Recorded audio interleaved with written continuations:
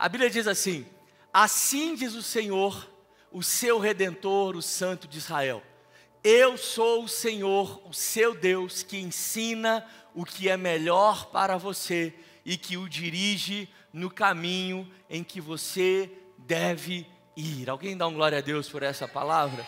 Gente, olha que poderoso esse texto. Eu sou o Senhor, o seu Deus, aquele que ensina o que é melhor para você.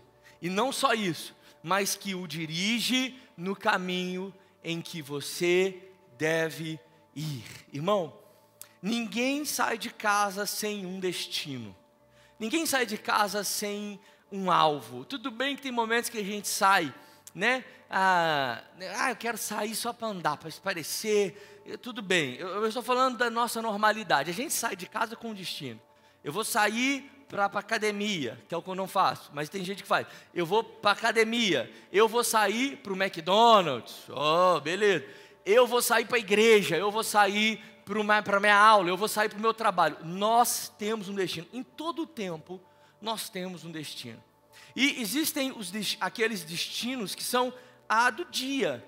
Todo dia você sai de casa para o trabalho, é o seu destino. Do trabalho você vai para casa, é o seu destino. Só que nós temos alvos na vida. Todos nós entramos em uma rota muito maior do que só as do dia a dia, né? Mas uma rota de vida. E ela é muito importante na nossa história. Só que a verdade é que em muitos momentos nós nos desviamos dessa rota. Às vezes parece que a gente sai um pouco da rota que Deus tem para a gente. Porque esse texto é interessante. Samídia, coloca de novo para mim Isaías 48, 17. Porque a Bíblia diz: sou eu, o Senhor, que ensina o que é melhor para você. O que o texto está dizendo assim? Existem várias opções, mas existem algumas delas que são melhores do que outras. Existem caminhos que você pode julgar bons caminhos, e são caminhos reais que vão te levar nesse mesmo lugar. Mas a Bíblia diz que o nosso Deus é aquele que nos ensina o que é melhor. Fala comigo, melhor. E é sobre isso que eu quero pregar. Sobre as rotas, sobre os destinos que Deus tem para cada um de nós. E Ele diz assim: eu sou aquele que o dirige no caminho que você deve ir. Olha que poderoso. Deus fala assim: olha, eu vou te ensinar, eu vou te instruir, mas é você que vai chegar até lá. Então não é simplesmente sobre você estar no carro, né? Se eu perguntasse assim: se a sua vida com Deus fosse um carro e tivesse você e Deus dentro desse carro, quem estaria no volante e quem estaria no passageiro? Essa pergunta, a resposta dessa pergunta define bem qual a sua visão de Deus. Vamos falar que você vai sair da igreja, você vai entrar num carro, e dentro desse carro tem duas pessoas, você e Deus. E vocês têm que escolher quem que vai dirigindo e quem que vai acompanhando. Quem fica em qual lugar nesse carro na sua vida hoje? Eu sei que muitos falam assim: Deus está no volante, Deus está dirigindo. E talvez é o nosso pensamento mais normal. Não, Deus dirige, eu estou acompanhando. Mas biblicamente não é assim que funciona. Biblicamente eu estou no volante e Deus, Ele está me acompanhando. Porque a Bíblia diz que Ele me dirige no caminho que eu devo ir. Então, ou seja, quem está no volante sou eu. Quem está acelerando, freando, sou eu. Mas eu tenho a presença de Deus que diz: filho, por esse caminho é melhor, por aquele caminho é melhor. E às vezes, mesmo assim, nós nos perdemos nas rotas. A gente se perde no nosso destino por várias razões. Logo quando a gente casou, eu e Lindsay, então tem 15 anos isso. Eu lembro que no nosso primeiro, segundo mês, a gente foi em um lugar lá em Minas que chama Inhotim. Quantos aqui já ouviram falar nesse lugar, Inhotim? Depois você pesquisa, 2 pessoas conhecem. É um lugar lindo no interior de Minas, mas é um parque com exposição. Gente, é maravilhoso. E é meio que no interior. E aí, coincidentemente, a gente tinha comprado um carro. E aí foi a nossa primeira viagem com esse carro. Irmão, eu estava num xodó com o carro que você não tem noção. E aí eu fui, a gente pegou, botou no GPS, não tinha o Waze, essas coisas ainda. E a gente chegou até lá. Beleza, demoramos quase 2 horas. Na volta, eu coloquei no GPS. Mas eu tenho uma mania de olhar mapa, assim, eu gosto de olhar mapa, eu conheço um pouco. E eu vi que tinha uma estrada alternativa para voltar. E se eu voltasse por essa estrada alternativa, gente, eu cairia numa BR que já seria caminho da minha casa. Tipo assim, Na minha visão, eu ia adiantar 1 hora se eu seguisse por esse caminho. O que vocês acham que eu fiz? Fui nesse caminho, é claro. E aí eu coloquei no GPS, o GPS falou, siga reto. E aí na hora que eu estava nessa esquina, se eu virasse à direita, eu pegaria essa estrada alternativa.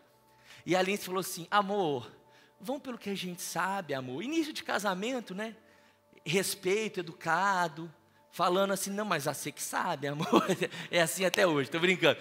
Mas é aquele início, não, amor, você que sabe. Aí eu, amor, se eu pegar aqui, amor, olha aqui o mapa, a gente já vai cair na 040. A gente vai dar a volta. Amor, mas o Waze, o GPS não está mandando para lá.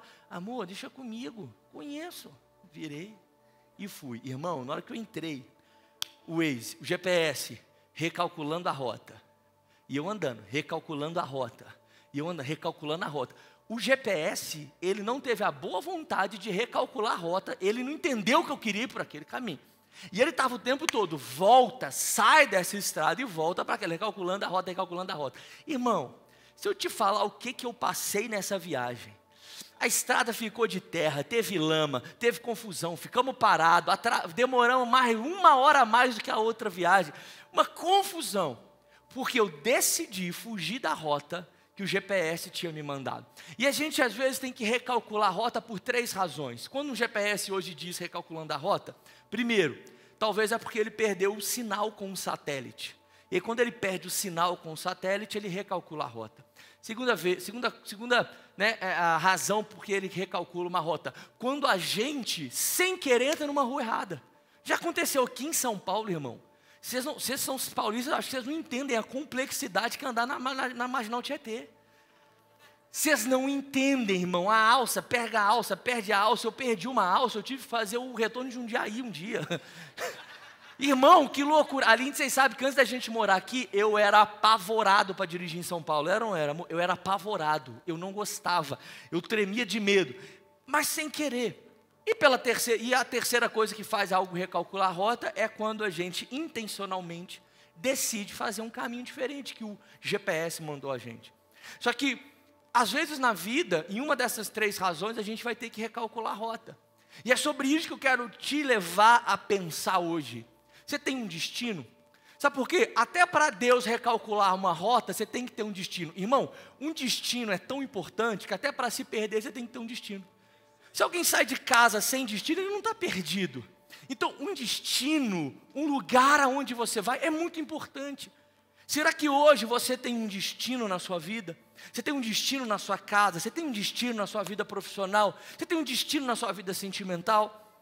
Você precisa de um destino. E quando nós temos esse destino, a gente tem que colocar diante de Deus. E aí, Deus? Será que eu estou na rota certa?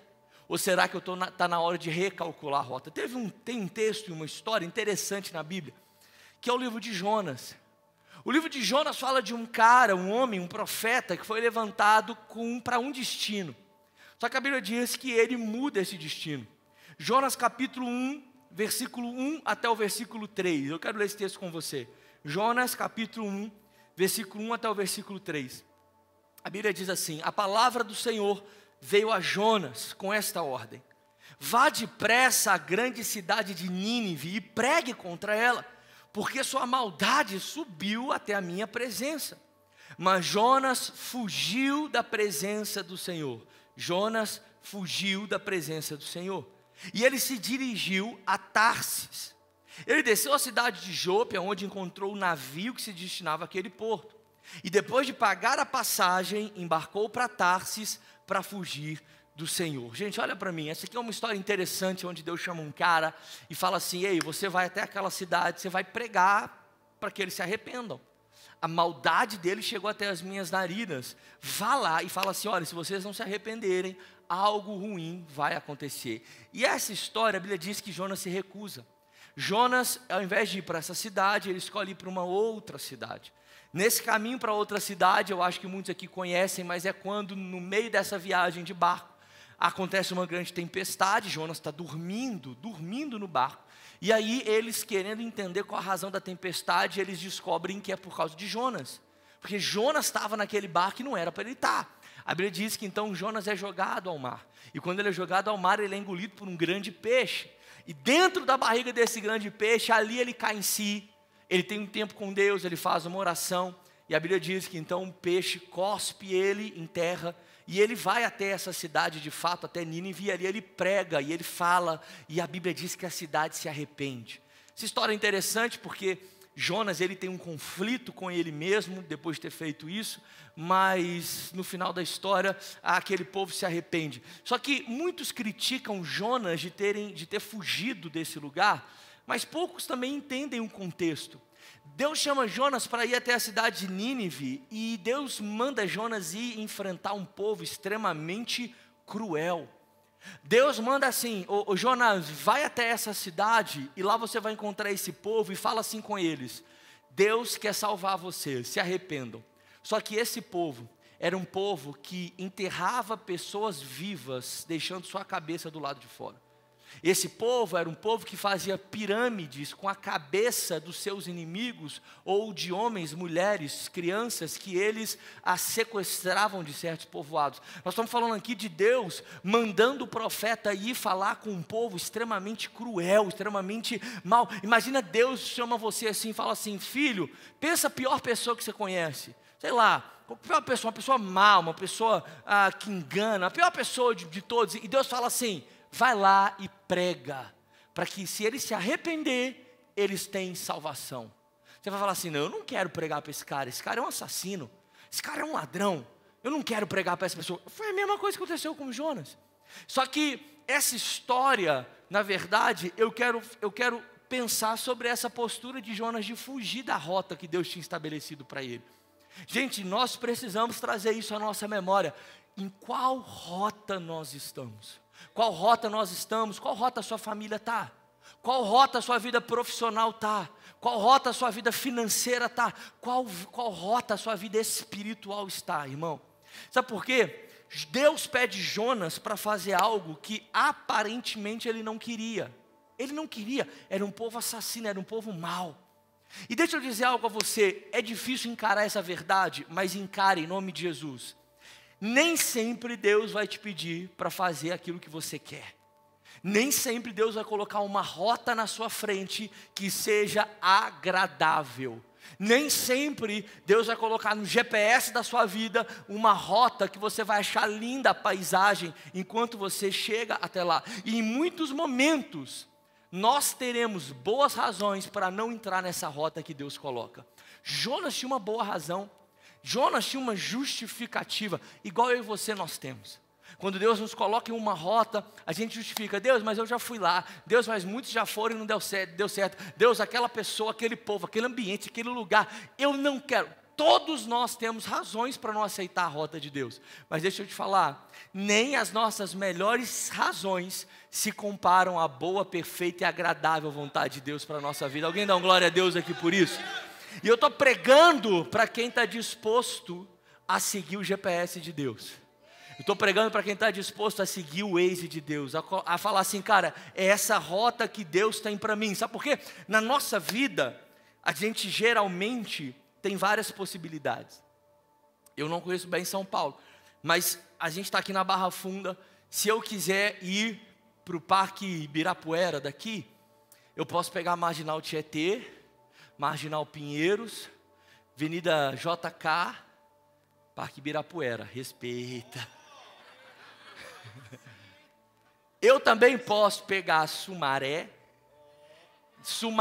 Brasil e Brasil, Parque Ibirapuera. Eu tenho outra, calma. Eu também tenho outra. Eu posso pegar a Marginal Tietê, a avenida que passa na 25 de maio, que eu esqueci o nome. 23 de maio. E chega na 23 de maio, eu chego no Parque Ibirapuera. Tem mais um caminho. Paulista. Chega lá também. Gente, presta atenção, tem várias possibilidades. Mas primeira coisa dessa mensagem, aprende algo. Ter várias opções não significa que você tem vários caminhos. Na nossa vida a gente vai ter várias opções, mas não significa que todas essas opções estão disponíveis para a gente. E essa é a grande chave de entender aquilo que Deus tem para nós. Entender que diante de tantas possibilidades, existe aquela que é melhor para nós. Esse texto de Isaías, a Bíblia diz que Deus diz assim: eu sou o Deus que ensino o que é melhor para você. O que o Waze faz, gente? Ele fala assim: para você, esse é o melhor caminho. Para você, esse é o melhor caminho. Então a gente vai e segue o Waze. E da mesma forma é na nossa vida, irmão. Nós vamos entender que, de uma vez por todas, assim que nós cremos, eu tenho várias opções, eu tenho várias possibilidades, mas existe um caminho, que é um caminho de proteção, que é um caminho de direção, é um caminho de provisão, é o caminho de bênção de Deus para a minha vida. E é nesse caminho que eu tenho que estar. E às vezes esse caminho não vai ser o melhor aos nossos olhos. Eu não sei vocês, mas às vezes eu olho no Waze, e aqui da minha casa para cá eu tenho várias opções também. Só que tem um caminho que é mais bonito de vir, da Brasil e da Sumaré, é mais bonito de vir. Vim para a Marginal, aqui, eu tenho medo da Marginal, né? Mas tirando isso, eu acho meio feio.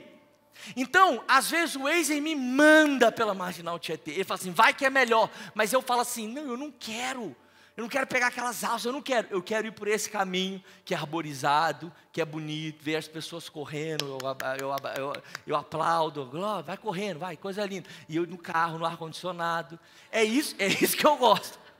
Então, nem sempre Deus vai nos dar um caminho que a gente concorde, mas aprenda algo em nome de Jesus. Não adianta a gente vir à igreja, a gente orar, e a gente falar assim, Deus, qual o caminho o Senhor tem para a gente? Deus, eu quero viver a Tua vontade. Deus, eu começo esse negócio ou não? Deus, eu entro nesse negócio ou não? Deus, eu faço isso ou não? Não adianta ficar perguntando opinião para Deus se a gente não tem disposição em obedecer. Não adianta, é igual eu abro o Waze, eu sei que o Waze vai me mandar pela 23 de maio, mas eu não gosto. Deixa eu dizer algo em nome de Jesus, não adianta ter clareza de direcionamento se não tiver disposição em obediência. Não adianta, irmão, você ficar, eu quero saber. Você quer saber por quê? Você vai obedecer? Então, na rota da nossa vida, a gente tem que ter essa clareza. E às vezes, por mais difícil que seja a rota que Deus vai nos levar, eu te garanto, Deus nunca vai te levar a um lugar que Ele mesmo não te sustente nesse lugar. Por isso que a gente não pode ter medo. Então, às vezes, nós queremos escolher essa rota, e aí a vida fica pesada, a gente escolhe como a gente quer fazer, só que o problema disso, é que a gente começa a levar isso para Deus. Deus dá essa direção, a gente fala assim, não, isso eu não quero obedecer, aí vai para outra, não, isso eu quero obedecer, e aí a nossa obediência é seletiva. Irmão, deixa eu te falar, uma obediência seletiva limita o sobrenatural de Deus, sabia disso? Porque grandes experiências com Deus acontecem no ambiente da obediência, tendo sentido ou não. A obediência a Deus é porque Deus fala assim, filho, se você escolher vir por esse caminho, você vai ter que dar o passo, só que nesse lugar aqui, nesse ambiente, vai ter provisão, tem um mar, mas fica tranquilo que eu vou abrir o mar, vai ter um exército inimigo, mas fica tranquilo que eu vou cegar o exército inimigo, ou seja, o ambiente do sobrenatural de Deus está na obediência. Por isso que você vê pessoas vivendo milagres em ambientes malucos. Todo mundo fala assim, mas por que você disse não a essa proposta? Aí você fala assim, que Deus, eu não sentia paz. Todo mundo fala assim, você é maluco. É porque o sobrenatural existe no ambiente da obediência. Fazendo sentido ou não, sendo bonito ou não, sendo rápido ou sendo demorado. O mover de Deus está no ambiente da obediência. A Bíblia diz que Jonas escolheu fugir do Senhor. Fala comigo, fugir. Deus fala assim, Jonas, essa é a rota que eu tenho para você. Aí a Bíblia diz, mas fugiu da presença do Senhor. Fala assim, misericórdia. Fugiu. Irmão, é assim que às vezes a gente faz quando nós entendemos uma direção de Deus. Deus de forma claramente fala, é assim, é daquele jeito. Comece, pare. E às vezes nós fugimos. Agora, sabe o que é interessante? Sabe o que a palavra Jonas significa? Quem sabe o que Jonas significa? Jonas significa ave, pombo. E olha que interessante, pombo sempre foge antes da tempestade chegar. Exatamente o que Jonas fez. A Bíblia diz, e nesse texto diz que ele é filho de Amitai. Amitai, o pai de Jonas. Amitai significa verdade. Verdade. Ou seja, Jonas é filho da verdade. Igual nós somos. Só que não adianta ser filho da verdade se a gente vive fugindo dela.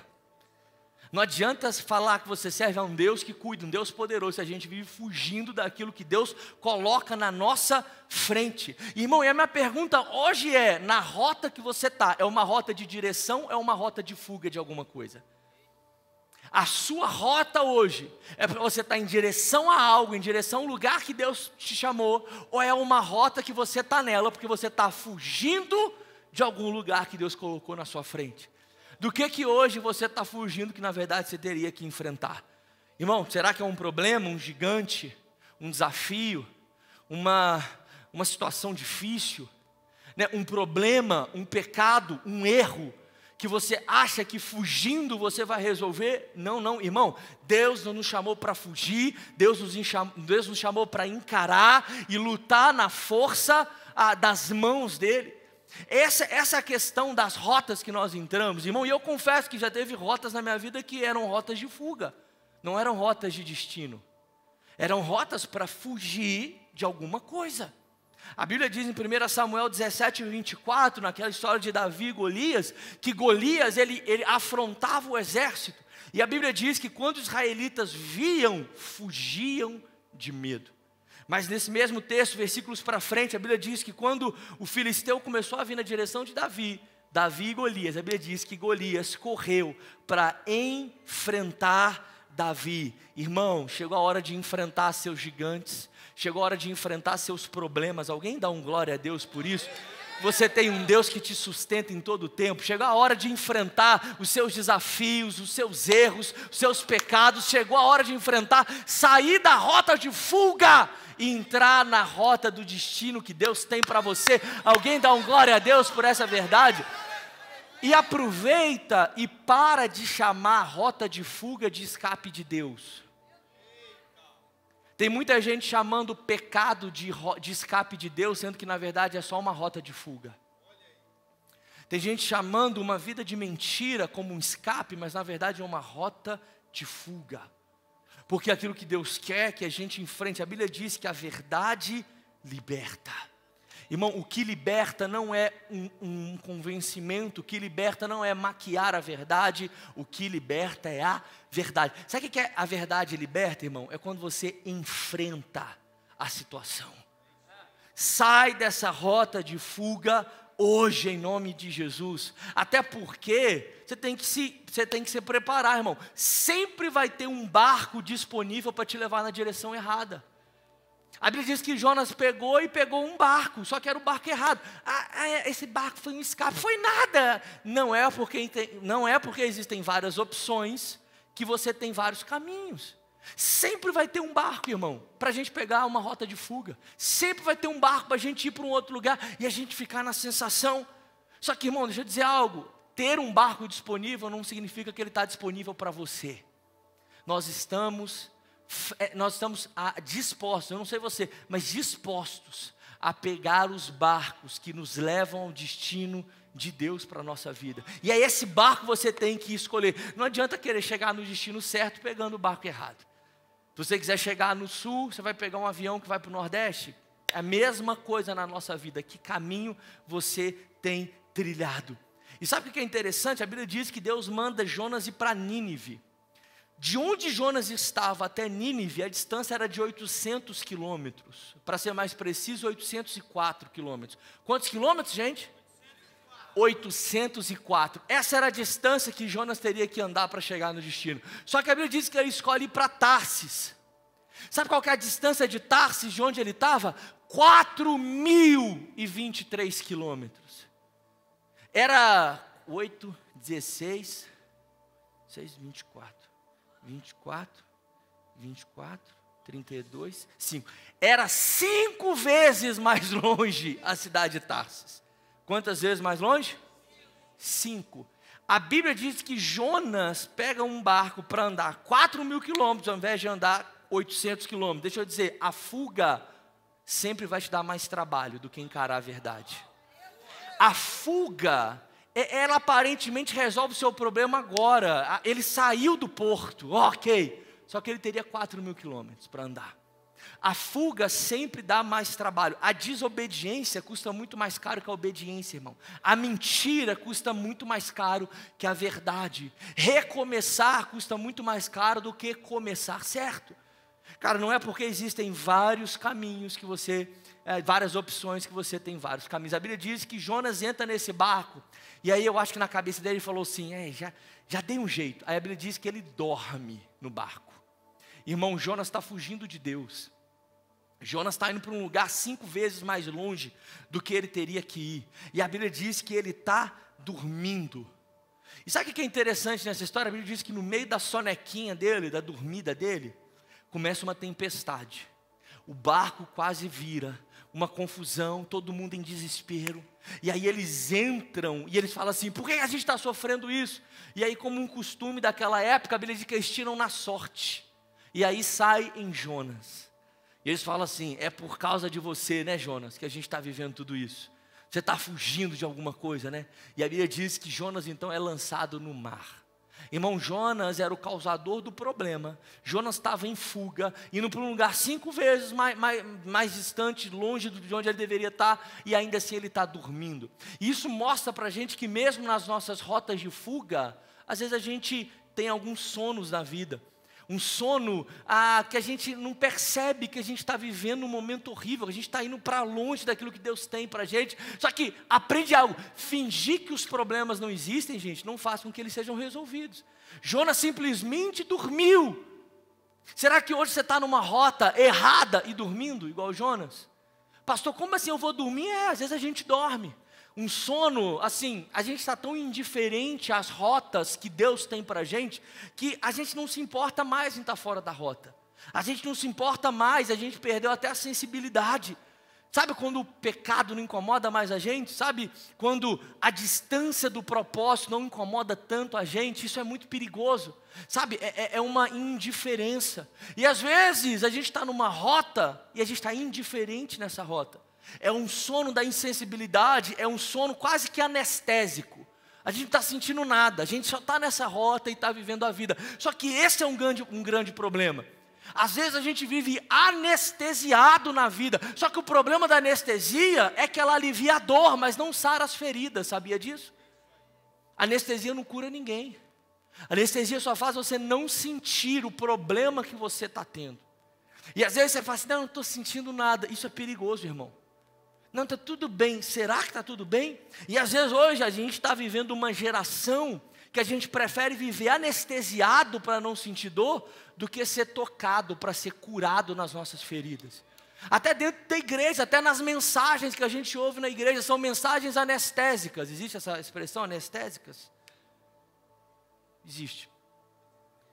Pregações para anestesiar a nossa emoção e a nossa espiritualidade, mas não sara, não cura, não transforma, não confronta, não muda a nossa história. Só que a pregação de Jesus foi: arrependam-se, pois o reino de Deus está próximo. A coisa que Jesus mais falou foi: arrependam-se, arrependam-se. Ou seja, a nossa comunhão com Deus não é só uma anestesia, é para a gente sentir bem. A gente vai sentir bem, mas não é pela anestesia, a gente vai sentir bem, porque nós fomos criatura, eis que as coisas velhas já passaram e tudo se fez novo. Alguém dá um glória a Deus por isso aqui? Essa é a pregação genuína. Sabe quando você tem um carro, e eu era muito assim, muitos anos atrás, hoje em dia, Deus, misericórdia, Deus até tem que me curar, porque hoje eu sou o oposto. Mas antes assim, eu estava dirigindo, eu ouvi um barulhinho no carro, eu diminui o volume do carro, e eu falava assim, para, Lindsay. Aí eu tinha que ouvir aonde era o barulhinho do carro. Eu era assim, irmão, eu era desesperado, eu não conseguia ouvir. Hoje em dia, irmão, a roda está caindo, eu só aumento o som, o problema está resolvido. Aumenta o som, vida que segue, Deus está no comando, fé. Sabe quando você aumenta o som do carro para não ouvir o barulho que o carro está dando? Quem está entendendo o que eu estou falando aqui? Às vezes a gente vive a vida assim. Deixa eu aumentar o som para não ouvir o barulho que está dando. Não, irmão, isso é uma anestesia, fingir que está tudo bem. isso não faz com que esteja tudo bem. No meio dessa anestesia, sabe o que Deus manda? Uma tempestade. Fala comigo, tempestade. Fala mais alto, tempestade. Só os corintianos, tempestade. E às vezes, Deus vai mandar tempestade. Pastor, sério? Sério? Porque tem tempestade que não vem para nos matar, tem tempestade que vem só para nos acordar do sono que a gente está. A tempestade que veio nesse barco não era para matar eles, era só para acordar Jonas do sono, da sonequinha. Irmão, deixa eu te falar. Tem tempestade na sua vida que Deus manda para te acordar. Alguém dá um glória a Deus por isso? Você está reclamando da tempestade, mas Deus está falando assim, graças a essa tempestade você vai sair desse sono de anestesia, esse sono da insensibilidade, esse sono da frieza, esse sono do piloto automático. Essa tempestade está para te acordar. Acorda então. Foi isso que a tempestade fez com Jonas, gente. E a gente fica reclamando sempre. Eu entendo, tempestade, nós damos uma ordem. A Bíblia, a palavra de Deus, se alguém crê, se a este monte arranca-se e mova-se daqui, ele vai se mover. Ok, mas nessa tempestade, Jonas acordou. Talvez você está vivendo uma tempestade hoje, para Deus te falar, você está fora da rota. Às vezes você tá vivendo uma tempestade para ouvir de Deus assim, recalculando a rota pela 8ª vez. Às vezes você vai acordar na tempestade para ouvir Deus, recalculando a rota pela 9ª vez só essa semana. E a gente foge, não, calma, algumas tempestades vêm para acordar, tirar você essa preguiça, essa zona de conforto, esse piloto automático. Quem sabe é isso, irmão. Só que a gente gosta, vamos ser sinceros, até de usar a tempestade que a gente está vivendo para se fazer de vítima, né? Muitas pessoas amam falar da tempestade que estão vivendo para falar assim, Deus esqueceu de mim. Tempestade, e Deus está mandando a tempestade para falar assim, acorda meu filho. Isso aí é para você sair desse emprego que só te deixa infeliz, por isso que eu estou mandando essa tempestade. Essa tempestade aí é para mexer com a sua casa, porque se for continuar assim, seu casamento vai acabar. Essa tempestade aí, irmão, é para você chegar mais perto, porque você está cada vez mais longe. Só que a gente usa essas tempestades que nos acordam, para a gente falar assim, ai tadinho de mim, olha a luta, e não muda nada. A única coisa que a gente muda é que agora a gente joga frase de efeito de vitimismo no stories do Instagram. Irmão, não sei você, mas nós não fomos chamados para viver de tempestade em tempestade, nós somos chamados para viver de glória em glória. Nós somos chamados para viver de testemunho em testemunho, de vitória em vitória. Levanta a sua mão em nome de Jesus. Deus vai te dar vitória em meio a essa tempestade. Deus vai mudar o destino em meio a essa tempestade. Deus vai recalcular a rota da sua vida em meio a essa tempestade. É momento de parar de olhar para as impossibilidades da terra e começar a olhar para as promessas do céu. Essa tempestade não veio para te matar, ela veio para acordar você. Alguém dá um glória a Deus por isso. Aplauda Jesus no seu lugar.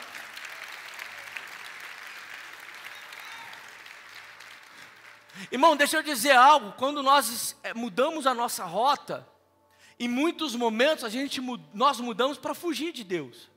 Não, misericórdia, não fuge de Deus. Não, mas você está fugindo de um chamado de Deus. Você está fugindo de uma promessa, você está fugindo de um desafio, você está fugindo de alguma coisa. Você está fugindo de resolver um problema de 5 anos atrás. Você está fugindo de encarar algo que Deus te falou há muitos anos. Você está fugindo de alguma coisa. Só que deixa eu te falar algo aqui em nome de Jesus. Você pode até tentar fugir de Deus, mas você nunca vai conseguir se esconder dele. Você pode fugir o tempo que você quiser, irmão, mas você não vai conseguir se esconder dele. Em Salmo 139, o salmista faz isso de uma forma tão linda. Salmo 139, versículo 1, ele diz, o Senhor me sonda, o Senhor me conhece. O Senhor sabe quando eu me sento, quando eu me levanto. De longe o Senhor percebe todos os meus pensamentos. Sabe muito bem quando eu trabalho, quando eu descanso. E todos os meus caminhos são bem conhecidos diante do Senhor. Antes que a palavra chegue a minha língua, o Senhor já conhece inteiramente. O Senhor me cerca por trás, pela frente. O Senhor põe a tua mão sobre mim. Alguém levanta a sua mão no nome de Jesus, recebe essa palavra. O teu conhecimento é maravilhoso demais, está além do meu alcance, é tão elevado que não posso atingir. Para onde eu poderia escapar do teu Espírito? Para onde eu poderia fugir da tua presença? Se eu subir aos céus, lá está. Se eu fizer a minha cama na sepultura, também lá está. Se eu subir como asas da alvorada e morar na extremidade do mar, ainda ali a tua mão direita me guiará e me sustentará. Alguém dá um glória a Deus por essa palavra. Irmão, você nunca vai conseguir sair do campo de visão de Deus. Você pode tentar se esconder, faz isso, faz aquilo, não adianta. A gente não pode escapar da presença dEle. Quando você conhece o verdadeiro amor, irmão, deixa eu te dar uma notícia, você está estragado para o mundo. 4, glória a Deus, e 5, está repreendido. Vou falar de novo, você está estragado para o mundo. Você não consegue mais domingo ficar sem vir na igreja. Você dá um glória a Deus por isso, irmão? Irmão, fantástico, de dar arrepio assim se você não estiver na igreja. Você não fala nem mas eu te agradeço, porque crente não desce, você fala eu te agraçubo. Você está no outro nível agora, irmão. Eu lembro quando teve uma vez que eu fui fazer um casamento, e o casal, eles eram cristãos, mas nenhuma pessoa mais da festa era. Aí o casal era cristão, eu fiz o casamento e tal, e aí tinha uma banda, 2 pessoas na verdade da igreja que foram fazer a parte da música do casamento. E aí fiz o casamento e tal, beleza, eram amigos mesmo, fiz o casamento. Eu, Lindsay e essas 2 pessoas que eram músicas. Acabou o casamento, tinha festa. Bom, aí a gente pegou uma mesa, irmão, crente numa festa. Só música do mundo, não sei o que e tal, era outro contexto, família, a gente ficou só comendo, né? É bom demais. Aí essas 2 pessoas tiveram a ideia, falaram assim, não, vamos lá dançar, para zoar, para brincar. Aí tocou, mas não lembro, tocou, o que tocou? Aquele carrinho de mão, estava nessa vibe, tipo axé anos 90. Aí eu sei que eles foram lá, Cafurão, estavam os 2, foram para a pista de dança. Aí eles começaram a zoar, carrinho de mão, zoando. Irmão, só que todo mundo da festa não era cristão. Eles estavam lá, tinha um grupinho de meninas dançando, um monte de gente. Aí as meninas se interessaram neles. Só que as meninas já chegaram na maldade. Já foram chegando. E eles, cristãos assim no carrinho de mão, na hora que ela chegou chegando. Chegou na maldade. Na hora que ela chegou, eles viram eles. Saíram correndo da pista de dança. Irmão, não sabe nem fazer. Você está estragado para o mundo, levanta a sua mão. Se você for fizer uma coisa errada, o pneu vai furar, vai chover. A energia vai acabar. Alguém fala assim, eu preciso, Deus, em nome de Jesus. Não adianta, irmão. Não adianta. Você está estragado para o mundo. Foge o tanto que você quiser. Tenta fugir o tanto que você quiser. Mas você não pode se esconder de Deus. Quando Deus recalcula a rota da nossa vida, deixa eu te dar uma notícia boa. Você volta para o lugar de onde você nunca deveria ter saído. Por isso que nós precisamos hoje falar assim, Deus, recalcula a rota da minha vida. Sabe o que é interessante? A Bíblia diz que quando Jonas, dentro do grande peixe, ele se arrepende, ele fala assim, Deus, me perdoa, não sei o que, agora eu vou. A Bíblia diz que o grande peixe cospe Jonas. E aí a gente tem uma ideia que ele cuspiu Jonas assim, tipo, na porta da cidade, né, de Tarsis. Só que Tarsis não é uma cidade litorânea, não tem praia. O peixe cospe Jonas na areia, em terra, mais próximo a Tarsis. Mas se a gente estudar, a gente percebe que Jonas teve que andar ainda 200 quilômetros para chegar na rota que Deus tinha, no destino que Deus tinha para ele. 200 quilômetros, irmão, eu não animo ir no espoleto aqui do shoppingzinho da Marquês de São Vicente. Um dia eu pedi no iFood, paguei R$ 7,99 para entregar. Aí o iFood falou assim, você tem certeza? está a 100 metros de você. Que tal economizar R$ 7,99? Eu falei assim, não, obrigado. Jonas andou 200 quilômetros, 200, para chegar no destino que Deus tinha para ele. Irmão, a gente tem que entender que assim é na nossa vida. Deus vai dar tudo o que nós precisamos, mas nós precisamos dar tudo o que nós temos também. Para viver a rota de Deus, para chegar no destino que Ele tem para a gente. Ele vai dar tudo que a gente precisa. Deus recalcula a rota, mas Deus deixa Jonas escolher para onde que ele ia virar o volante. E eu quero te convidar. Será que hoje no carro da sua vida, quem está no volante? Você ou Deus? Eu sei que é muito espiritual falar que Deus está no volante. Mas mais espiritual ainda é entender um Deus que o dirige. Mas que Ele fala assim, filho, agora você decide para onde você quer virar o volante. Às vezes a gente se perde nessa verdade, sabe? Na rota da nossa vida, a gente escolhe viver fora da rota. Mas a gente se machuca muito, a gente se machuca, se culpa muito das rotas que nós erramos na vida. Sabe assim, às vezes você está assim, cara, eu errei minha rota 1 ano atrás. Eu estou fora da rota, na minha vida sentimental, no meu namoro, no meu noivado, eu estou em outra rota. No meu casamento, a gente está fora da rota. Na minha vida profissional, eu estou fora, e a gente vai se culpando muito. Só que eu sempre lembro do jardim do Éden, quando Adão peca, e aí Deus desce ao jardim, mais uma vez para ter um tempo com ele, e a Bíblia diz que Adão se esconde de Deus, e a pergunta de Deus para Adão é, Adão, onde você está? É claro que Deus sabia onde que ele estava, mas essa pergunta é muito poderosa. Deus não pergunta para Adão, Adão, o que você fez? Deus sabia o que Adão tinha feito e Deus sabia onde Adão estava. Só que Deus só pergunta para Adão aonde ele estava. Deus não pergunta o que ele tinha feito. Sabe por quê? Porque os olhos de Deus sempre olham primeiro o nosso coração antes de olhar as nossas mãos. E esse é o olhar que nós temos que ter de Deus, que Deus está muito mais preocupado com aonde você está do que com o que você fez.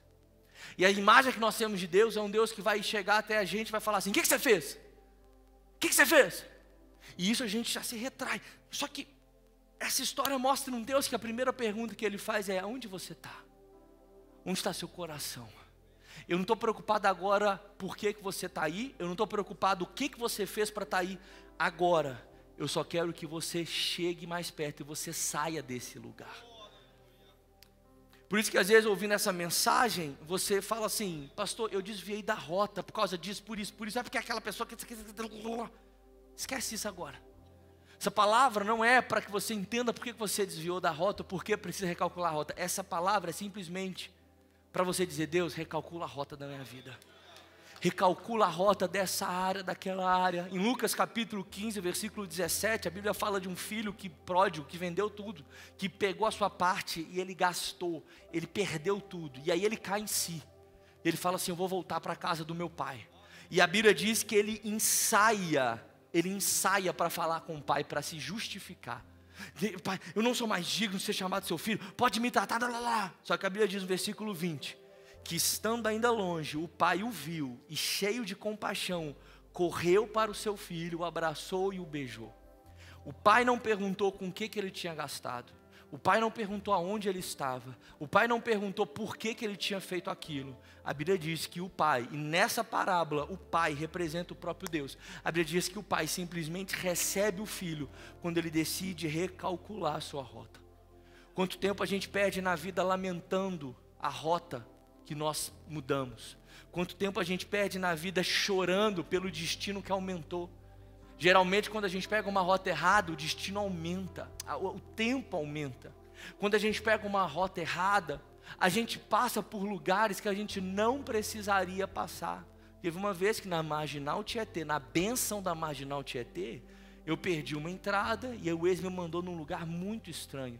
Eu com certeza não precisava passar lá, mas porque eu perdi a rota melhor, eu precisei passar por um lugar que não era talvez da vontade para que eu passasse. Quantas vezes a gente não se perdoa por ter entrado numa rua errada? A gente sabe que a gente está na rua errada, a gente sabe, mas o nosso orgulho não deixa recalcular a rota. O nosso medo, a nossa vergonha não deixa recalcular a rota. Mas eu quero dizer algo a você essa manhã: a alegria do Pai, a alegria do seu Pai hoje, pela rota recalculada, é muito maior, é infinitamente maior do que qualquer razão, justificativa, problema que fez você mudar essa rota. E esse é o nosso coração. Isaías capítulo 30, versículo 21, a Bíblia diz: quer você se volte para a direita, quer você se volte para a esquerda, uma voz atrás de você lhe dirá: este é o caminho, siga-o agora. Alguém dá um glória a Deus por isso? Hoje é dia de alinhar o nosso coração com o coração do Pai. Hoje é dia de alinhar o nosso coração, os nossos caminhos com os caminhos do Pai. Isaías 55, versículo 6 até o versículo 9, a Bíblia diz: busquem o Senhor enquanto se pode achá-lo, clamem por Ele enquanto Ele está perto. Que o ímpio abandone o seu caminho, o homem mau os seus pensamentos. Volte-se então para o Senhor, que Ele terá misericórdia dele. Volte-se para o nosso Deus, pois Ele perdoará de bom grado. Pois os meus pensamentos não são os seus pensamentos, nem os seus caminhos são os meus caminhos, declara o Senhor. Pois assim como os céus são mais altos do que a terra, também os meus caminhos são mais altos do que os teus caminhos, e os meus pensamentos mais altos do que os teus pensamentos. Alguém pode ficar de pé nesse lugar, levantar suas mãos, fechar os seus olhos, e nós vamos orar e declarar: Senhor, recalcula a rota da nossa história, áreas da nossa vida. Nós pedimos, nós clamamos essa manhã: Pai, nos dê sabedoria, nos dê discernimento, Pai, nos dê clareza de direção, em nome de Jesus, em nome de Jesus.